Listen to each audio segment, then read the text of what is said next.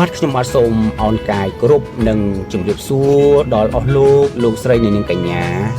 ពុកម៉ែបងប្អូនកូនក្មួយទាំងអស់គ្នាផងដែរបាទឆ្លៀតពេលទំនេរពីការងារបាទខ្ញុំបាទក៏បានចងក្រងនៅអត្ថបទខ្លីមួយស្ដីអំពីត្រូវតែចេះរៀបចំខ្លួនជានិច្ចដែលមានអត្ថន័យនិងខ្លឹមសារដូចតទៅបាទវាជាការពិតណាស់នោះយើងម្នាក់ដែលកើតមកលើផែនដីនេះយើងមិនអាចជ្រើសរើសកន្លែងកើតបានទេក៏ប៉ុន្តែយើងអាចជ្រើសរើសកិច្ចការងារដែលយើងចង់ធ្វើបានឲ្យតែយើងចង់ធ្វើហើយយើងធ្វើវាដោយទឹកចិត្តដោយបេះដូងបាទ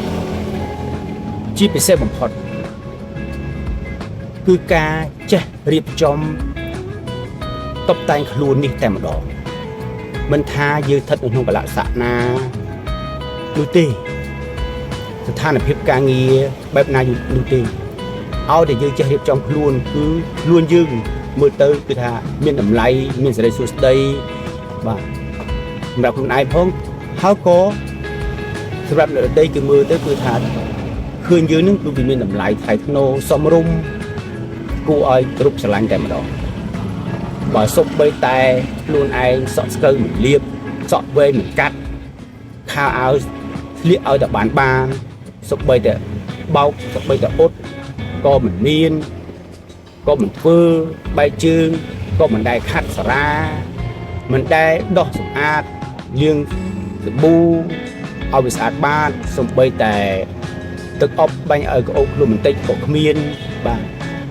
ដែលគិតថាខ្លួនមិនមានកិច្ចការងារដែលត្រូវតបតែងខ្លួនឲ្យស្អាតនោះទេវាមិនចាំបាច់បាទការយល់បែបនេះគឺខុសតម្លៃរបស់មនុស្សគឺមានគ្រប់ពេលវេលាគ្រប់កលៈទេសៈមិនចាំបាច់តែយើងធ្វើការងារធំយើងធ្វើការងារអ្នកសិល្បៈដែលគេអ្នកធ្វើខ្លួនបានយើងធ្វើការគិតបែបនេះគឺខុសទោះបីយើងធ្វើកិច្ចការងារអ្វីក៏ដោយក៏យើងអាចរៀបចំខ្លួនយើងឲ្យបានល្អប្រសើរឲ្យបានថ្លៃថ្នូរដែរឲ្យបានសមរម្យដែរឲ្យពេញចិត្តពេញថ្លៃបានដែរឲ្យតែយើងចង់យើងធ្វើ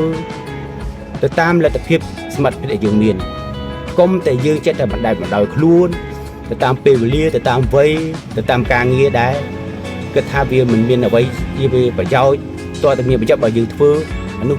យើងពិតជាមិនឲ្យតម្លៃខ្លួនយើងនោះទេបើយើងមិនឲ្យតម្លៃខ្លួនយើងអ្នកដទៃក៏គេមិនឲ្យតម្លៃយើងដែរ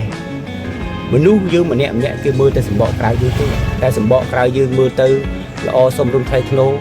គេក៏ឲ្យតម្លៃយើងបែបនោះដែរបើយើងមិនឲ្យតម្លៃខ្លួនយើងផងចុះអ្នកណាគេឲ្យតម្លៃយើង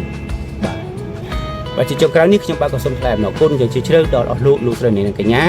ពុកម៉ែបងប្អូនកូនក្មួយទាំងអស់ដែលចំណាយពេលវេលាដ៏មានតម្លៃមកតាមដានកំសាន្តអារម្មណ៍ជាមួយនឹង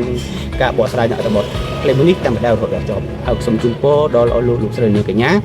ជួបតែសុខនិងចម្រើនរកស៊ីបានហើយរាល់ការធ្វើដំណើរទៅណាមកណាជួបតែសុខសុវត្ថិភាពចាំទៅមកបាទសូមអរគុណសូមជម្រាបលា